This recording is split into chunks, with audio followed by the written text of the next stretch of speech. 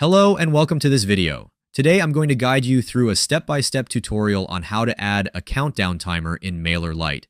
It's easy to get started, and if you'd like to follow along, there's a link in the description below. You can use it to sign up for a free trial or quickly log in to your account.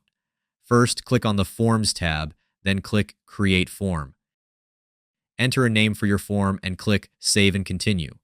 Next, select the subscriber group you want to associate with the form.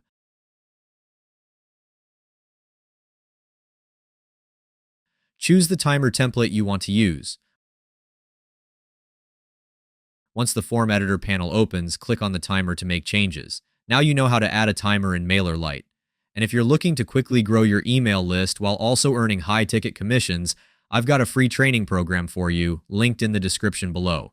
It's completely free and super easy to get started, so be sure to check it out if you want to build your list more effectively.